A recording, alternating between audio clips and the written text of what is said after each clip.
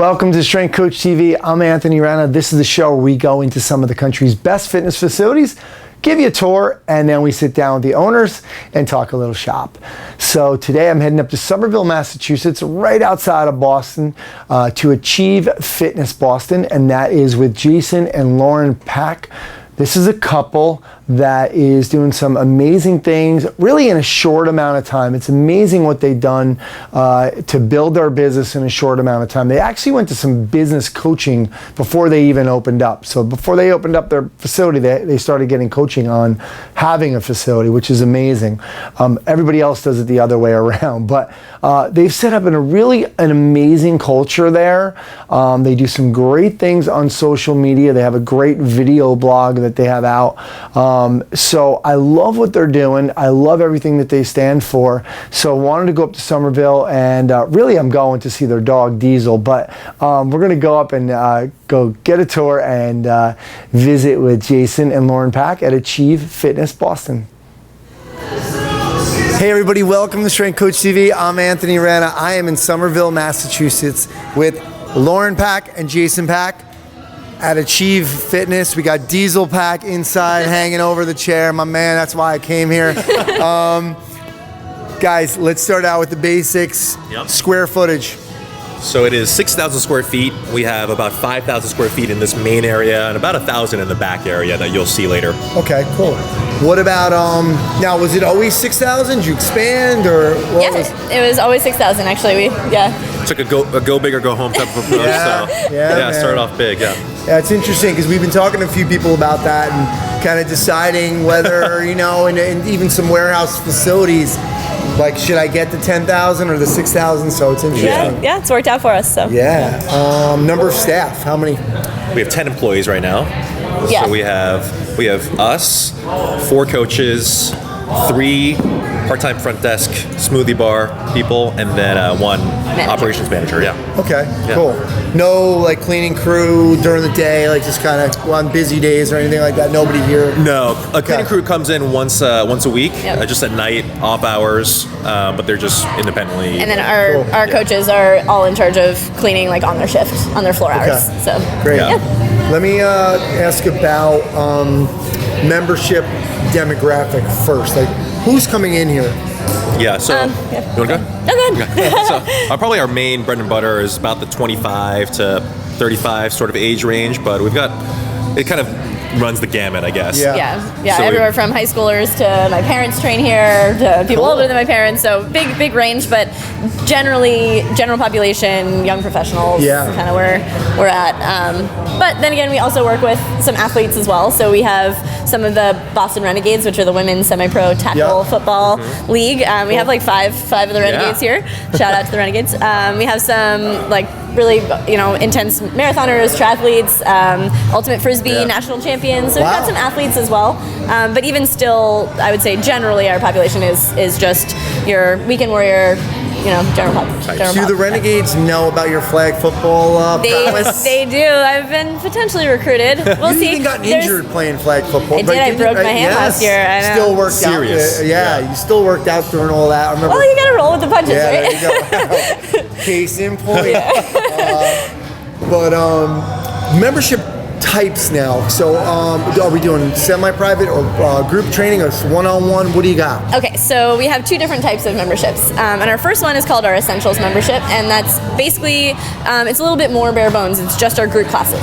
So you get unlimited access to all of our group classes. You don't have to sign up in advance. You don't have to, there's no limit to how many people can be in them. You just get to come in and do as many classes as you want. Okay. And then our second option is our customized membership, and that's probably about 70% of our membership. So that's definitely our more popular one. Cool. And that one includes not just group classes, but also the individualized program that we write for people. So a workout program designed specifically for that individual based on their goals, their FMS score when they first come in, their previous injury history, all of that kind of stuff we take into account and then put together a program for them. Any screening for the group, for the essentials? Everyone gets screened, Okay. Everyone has an initial strategy session that we take them through. So if somebody has some serious injuries, we recommend... They're not going... Yeah, exactly. You probably need to do more of the customized route. So good stuff. Yeah. Good stuff. All right. This location, we're in a cool kind of neighborhood in Somerville.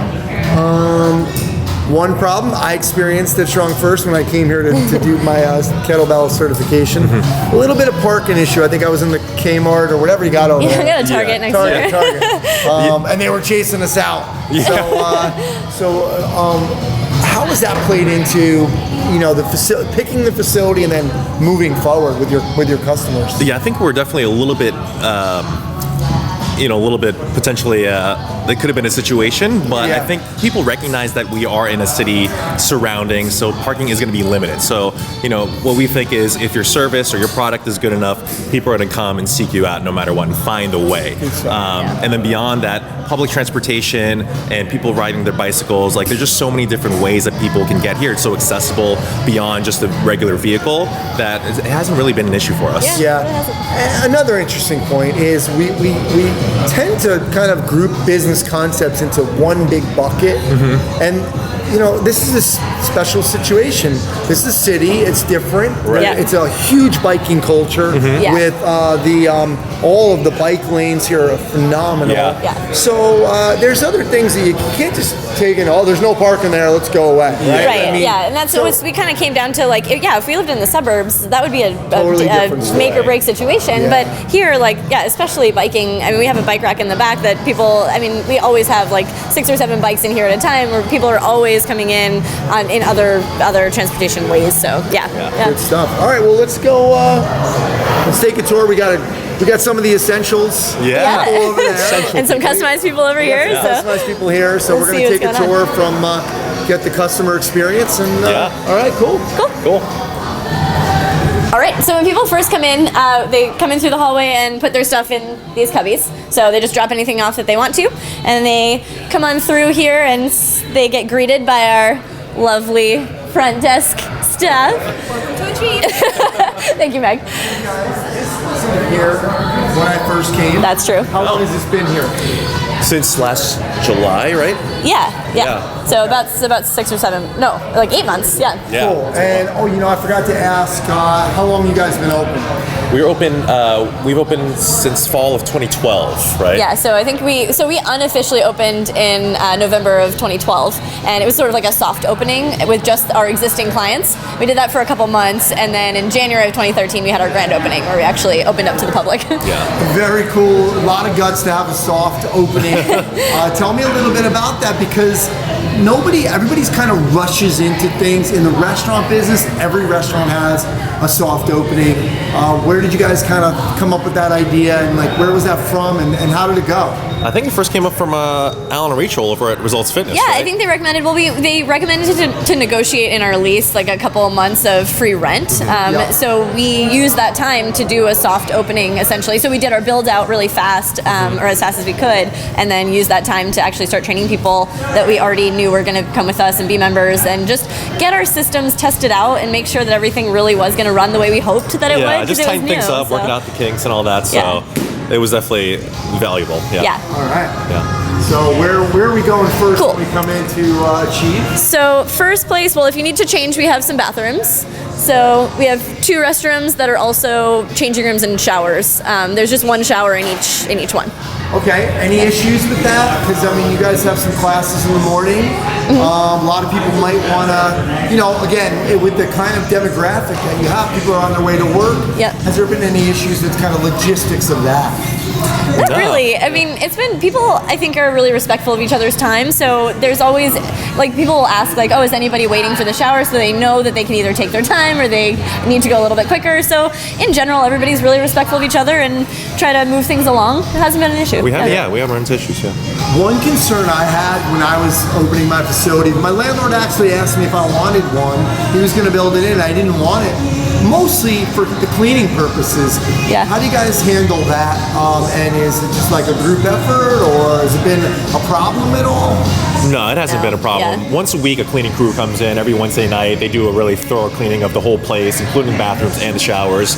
And then beyond that, we just touch it up here and there. But it really doesn't require that much.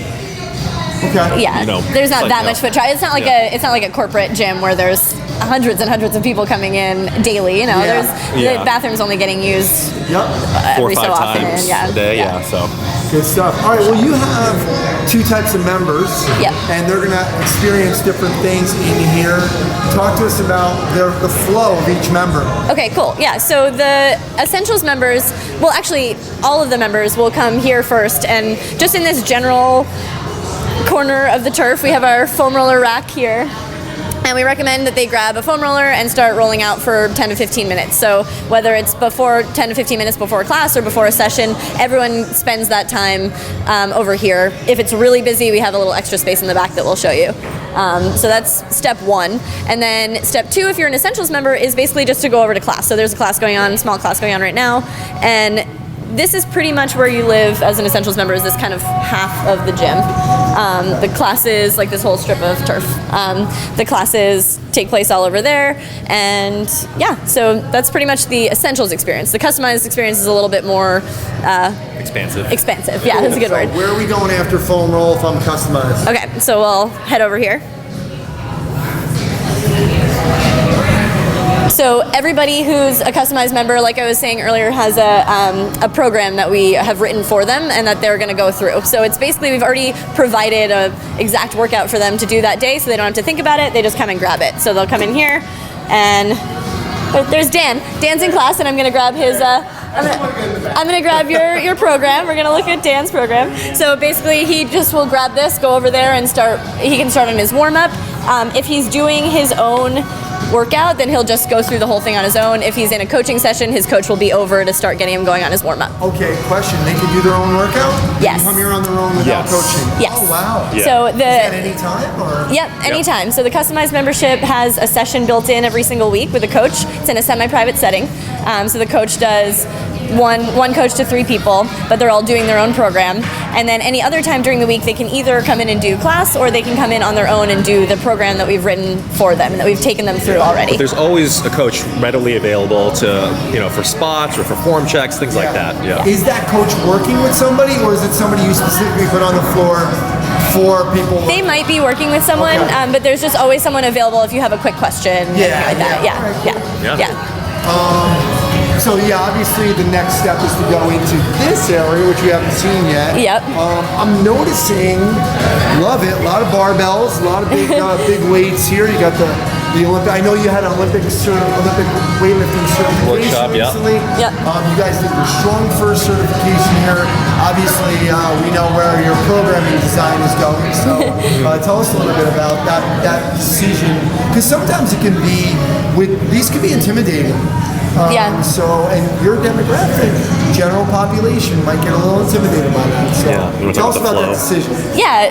So about the body weight to kettlebell. Oh yeah. So basically, in our programming, we kind of have a flow that we follow where it starts out with very simple body weight exercises, learning how to squat, learning how to hinge, learning how to lunge, all with your body weight. And we'll tell people that up front. We'll say, you don't even have to worry about this stuff for several months before, as you're training with us. So we're going to get people feeling really comfortable with just moving their body, and then eventually we'll add dumbbells, and then eventually we'll add kettlebells, and eventually we'll add a trap bar, and we just keep kind of going in that progression. So it's not like we throw someone right on a barbell and start having them deadlift or clean or anything like that.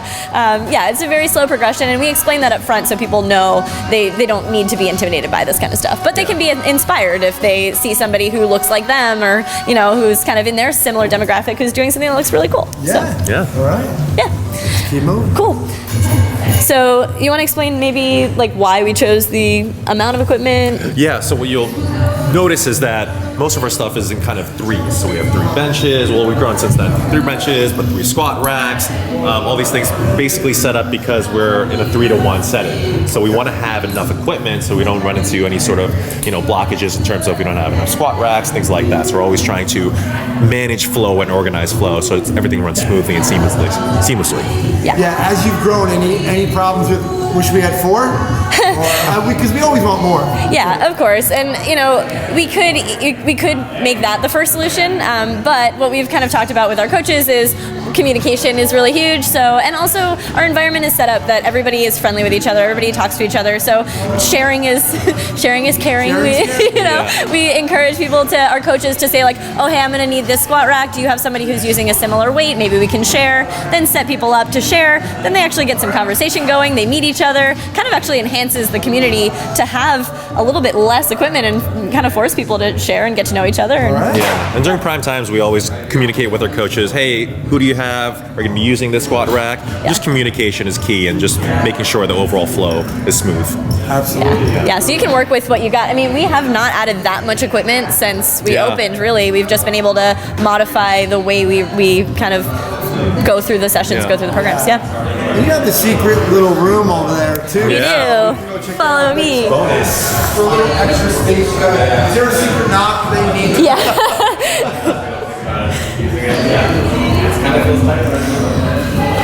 So this is our bonus room. If it's really busy out there, like Monday nights are always super busy, we recommend people, if the class is kind of taking up that entire turf space, they can come back here to do their foam rolling. We have another rack back here, little strip of turf. But early on, this room was basically storage. Kind of a trash room for all the boxes of equipment that we had and stuff like that. So yeah, all excess stuff. But finally, we outfitted out early last year, I think. Yeah, it really hasn't been that long that it's been a functioning part of the gym, but we got to the point where we needed to add some squat racks. We needed to actually, so I guess we have expanded a little bit of our equipment, but just create a little bit more space for people when it gets busy out there. So. You know, at 5 Iron, I think I had more doors than anybody in the fitness industry, because it wasn't the traditional space. And people would always ask me about knocking the walls down. So I'm going to ask you guys about, I like the extra little space. You can do some different things in there. You can do some private stuff. Has there been any contemplation about knocking this wall down and making this kind of even bigger? Because you guys are growing, so. Yeah, that was a serious consideration, especially just from a community building standpoint. We wanted to make sure that no one was being shunned into the back room to do their own thing. So a big thing that we wanted to do was open down that wall, but it's actually a load-bearing structure, so we actually couldn't do that. So our secondary plan was to have this opening right here, have an identical opening on the other side, just to, again, organize that flow a little bit better. But it just came down to becoming more of a hassle than it was necessary. Really worth. So the cost, the time that we're gonna have to shut down the gym because of all the construction and breaking all that down, it just pros did not weigh the cons, so we ended up scrapping that, going with the juice bar instead. Yeah, and actually our original plan for this back room was to put the smoothie bar back here, which is a really strange idea. If you want a smoothie, go in the back. So that was weird, and so actually sometimes everything that ends up happening always happens for a reason. So we even, this door was gonna be our main entrance. Oh, wow. Where it leads out to a really, really narrow walkway that goes all the way to the street. But the great thing was we would have some street visibility a little bit. But the first snowstorm, we realized that there's a big wall here and a big fence here, and we would have never been able to shovel the snow. So that's why the whole smoothie bar thing not working out kind of helped, because we were like, well, if we can't do the smoothie bar, we don't really need the entrance to be here, so we'll make the entrance over there. So it's just it's amazing how things that you think are going to be hurtful to your business sometimes end up being actually blessings in disguise. So I think if it was me, I'd probably put a stage back there and the juice bar over here and have a little, little club. A juice bar, Well, let's go have a seat and talk some of the business questions, maybe some challenges that you guys have faced. Great. Awesome. I got a couple business questions. I want to start out with the smoothie bar. Now I know you get the coaching from the Cosgroves. So did we give a shout out to the Cosgroves? Because we didn't. So we got to give a shout out to the Cosgroves, because big shout out to the Cosgroves. They've helped you a lot along this way. They helped me in a lot of I was in the coaching program as well. We even did an episode with Rachel going over all about the juice bar, but I want you guys to tell me about that juice bar, because it's a big thing. It's not getting a refrigerator and putting some ready-mades in there. It's a big deal. Tell us about the process. It was definitely a big process. Our first step, the first time we actually heard about it was through Results and through actually Strength Coach TV, funny enough. But Results then hooked us up with Performance Food Centers, PFC, and they're the company that outfits the bar, but not only that, they also supply the supplements and the freeze-dried fruits and stuff like that. And they made it very, very easy for us, I guess. You know, here are the pieces, here's who you need to contact. So we got into contact with a contractor, we got in contact with the city, and we got into contact with our bank as well, our local credit union. So we had to get a secondary loan apart from our main business loan, but we luckily have a good relationship with them, so we were able to speed that process along. After that business loan, we were then able to hire a contractor, and that contractor had to coordinate the plumber, the water guy, the electrician, the architect, all those sorts of pieces to coordinate all those together. And the tough part was, it's like, you need to do one step before the other, but if the plumber's not available, then the electrician can't come in and do their own thing. So there were a lot of moving parts that we had to really, to pull together. And then on top of that, the city required a whole bunch of different permits and licenses and stuff like that. Somerville is pretty stringent in that, so we're one sink away from having a full-fledged restaurant. Wow. We have 4 sinks. We've got a grease trap. We've got a separate mop sink, like all these sorts of different things just to have a smoothie bar. Requirements of the city. So every city is going to be slightly different. One thing is, a lot of people want to do those type of things. Like, I got a guy that does this, and I got a guy that does that. But hiring a company like PFC, might be a little more expensive, but it's a little bit more seamless, right? So much more seamless. And they also tell you, they know they research all of the rules in your city as well. So they'll actually tell you, like, you need this. We don't have to go to the city and find that out. I mean, there's a little bit of that, but for the most part, they just kind of do all of that grunt work for you. And that's the stuff that you just don't have time for. Like, you just don't. So, it was huge working with them, and they really helped out. So. Biggest motivation for doing that, though, what was it? I mean, obviously, we want to try to get some additional revenue streams in. But that can't be the only reason, obviously. So talk to us about that decision to get one.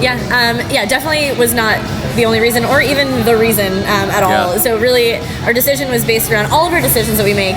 And at any point with the business is based around how can we improve the customer experience, and how can we make our members happier, healthier, functioning better, all those things. It's always about that. And so with smoothies or post-workout recovery, we were talking to people about it, but they weren't doing it. We were saying you should have a protein shake after, and it should have a carb in it. And I mean, it just was, people would nod their heads and say yes, but they wouldn't actually do it. So we thought the best way to overcome that obstacle was to make it easier for them, more easily accessible, and provide it here and provide it in the right amounts and give them the highest quality that we could. And so, the main thing about it was improving the experience overall and the results overall for our members. And that's always the decision. That's always what we're asking ourselves. Is that the basis for our decision? If it's not, we have to really question why we're doing what we're doing. I think people always talk about multiple streams of revenue, right? And they want to, because when they first get into it, you want money. And you're like, how can I get more money? You need to survive. So they start branching out, but in reality, we should be really focusing most of your energy and your efforts are on the actual main product, the client experience. And then from there, once that's getting better, then you can slowly start to branch out. But taking this patient, long-term approach as opposed to how can I make these short-term gains, exactly. And I think other people get worried that, like, for example, we have a whole supplement rack over there. You guys sell supplements as well. A lot of people start to feel like, well, I don't want to sell those things because then people just think I'm doing it for the money too. So it's kind of like a weird trap we get in with. It's like, no, you're recommending, these are things you guys do in your life. And that's important too, is that, like, and we don't just push it all on everyone. We explain why we think it's important. And also, like, with supplements too, we have them there as a resource for people. They're not to make money. They're a resource for people who might be, if somebody comes up and says, like, I'm kind of achy in the morning, like, everything kind of, it takes me a little while for my joints to warm up. We would ask, are you taking fish oil? Like, that could be something that might help you out. And if they say no, we have that for them, right, available for them. And it's not, we're just providing a solution. We're not trying to sell them on something, and they won't feel that way because they asked us a question and we gave them a good answer that is a true answer that we have used on our own selves. And and then it's just a solution that's right there, convenient for them, as opposed to telling them to go to Whole Foods and pick up fish oil. And don't do it. It probably won't happen. I wouldn't even do it. Exactly. We were talking about the shirts earlier. You guys have some great shirts. I love your branding here. But that's another thing, because everybody wants to get shirts, but then we end up getting these, like, 500 because we're trying to save like $1 on a shirt. And then we got a big thing. We don't know what sizes. We got too many extra large, and the girls are complaining because I don't have enough smalls. Tell them, I like what you guys have done with the shirts. Tell us about your process. Yeah, I mean, definitely initially we did that. We bulk ordered. We're like, everyone's going to buy them. It's going to be great. And then we would have 50 of random sizes left. So what we do now is we have a sheet at the front desk. If you want this shirt, here's the design. Well, if you want this shirt, reserve yours. And we order only that amount. So then we already have a gauge of, guaranteed orders, and if they actually like that design or not. Because if we put out a design and it misses, then we suddenly have a whole boatload of shirts that we have sold. So behind this curtain over here. Yeah, exactly. Behind the fern.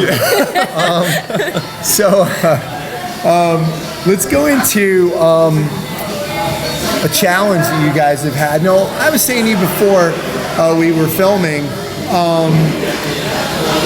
From the outside, you guys make it look really easy. It's like, oh, look at those two. They're up there. They went, how great, how easy. Everything's going easy. All their members are great. It's not easy. We know it. But give us something that was really challenging for you guys opening up. Yeah, probably it was right when we opened up, actually, probably about 2 weeks into our soft opening. The fire department, the fire chief came in, and he said we had to shut down operations. So we had signed a lease with our landlord, but the city came back and told the fire department that none of our sprinkling, none of the wiring, the electrical work was done up to code. He had just kind of hired some random shady guy to do some. He told us stuff. It was all set. We didn't have to worry about it. Man. Yeah. So I mean, we had just got our previous clientele over here and saying it's going to be great and awesome, and then we have to shut down. Yeah. So that was 2 weeks in, and it got to a point where he had to totally replace a lot of the piping up in the ceiling, and then also he had to dig up an entire trench to fix a water line. So that entire group class area that we went to before was totally inaccessible. Yeah. Wow. Yeah. But I mean, we got through it. We ran classes in the back. We just rolled the punches, I guess. Yeah. Talk to me about the brilliant idea that people thought you were crazy for doing. You guys started coaching with the Cosgroves, the Results Fitness University. You started doing that before you even opened. Yeah. And people thought you were crazy when that's the way it should be done. Yes. Yeah. Yes. Highly recommend doing that if you're thinking about it. But how was that kind of when they were telling you, when they were talking about things, you guys didn't really have a concrete thing to kind of go implement? No, we didn't. I remember talking to my mom about it, and when I told her, I should never have told her how much it cost. But when I told her how much it cost, she was like, "What? You're crazy. You don't even have a business. Why would you pay that much money for business coaching?" And we were kind of just like, isn't that what, you go to school to get an education in the thing that you want to do? It's kind of the same idea, right? We want to open a business, so we should go learn about it first before just jumping in. And so, we went out there, and originally we went out there just for the 3-day mentorship. Yeah. But of course, then you go out there, you have to sign up for their mastermind because they give you so much value. It's not because they convince you to. It's they provide so much value. And it was so clear that they would just save us from making so many mistakes. And that's exactly what happened. We were able to run all of our ideas by them, down to the space and everything by them. And it was just absolutely. Hey, look. The crazier thing was, when did you guys get married? What year? 6 months ago. Yeah, 6 months ago. Yeah. Your pictures are still on Facebook as profile pictures. That was the crazy thing. Opening, before you were married. So that had to be a little scary for you guys. Come on. Nah. No? All right. Good job. Love it. Now, let's talk about the culture a little bit. One of the things that anybody that watches you guys with the video blogs now, the vlogs, so much fun. Even when I was walking around filming, I mean, people they're willing to be in it. They're cool with it. I mean, you guys have set up such a great community here. Talk to us about some things that you've tried to do with the community. Our number one thing, even just from the very beginning, was to feel we wanted to create a space that felt like people just felt comfortable when they came in, and that was kind of our number one thing, is that you want to come in and feel like these are my people, this is my place, this is, and that's easier said than done sometimes. So everybody wants to be the third place, everybody wants to be Starbucks, but ours went a little bit deeper than that, in that we wanted it to feel inclusive. That was kind of like our word that we kept coming up with, was it was an inclusive place where everybody, no matter where you come from, no matter your background, it's just this place where you feel like you walk in and everybody welcomes you with open arms. And so we had to do that first and foremost ourselves. So we had to be that in the beginning, is that we're welcoming to everyone who comes in, and then it just trickles down. So then you hire staff that is also that way, and then it becomes that your members become that way, or already are that way, because you attract those types of people. Yeah, it's true. So true. And so, it just has naturally, organically grown into this community where everybody is just excited to see each other when they walk in the door, and so supportive of each other, whether they're doing their first push-up or Olympic lifting. It's always just this feeling of support. And what do you think, though? What are some things specifically that you've tried to do? Like we've talked about, with the Spartan races or an Olympic lifting team, right? Or some things that your people do or that you do to kind of create that community. What are some things that, because that's still, we can have lip service to creating this nice environment. Oh yeah, no, we have some. Let's give some tangibles. So I mean, probably our main thing that we kind of are known for is having these community events once a month. So we do things like, we did candlepin bowling last month. A couple months ago, we did laser tag. Trampoline dodgeball.